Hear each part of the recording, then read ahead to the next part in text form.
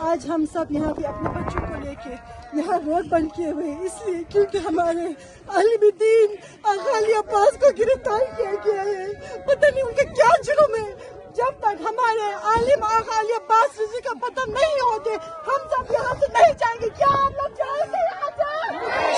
ہم لوگ نہیں جائیں گے جب تک آغا علی عباس رضوی کا ہمیں معلوم نہیں ہو جاتے. ہم یہاں سے ہرگز نہیں جائیں گے.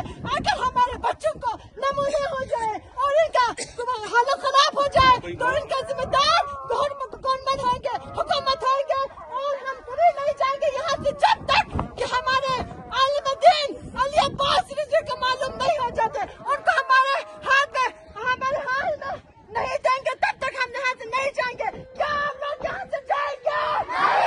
ہم نہیں جائیں گے.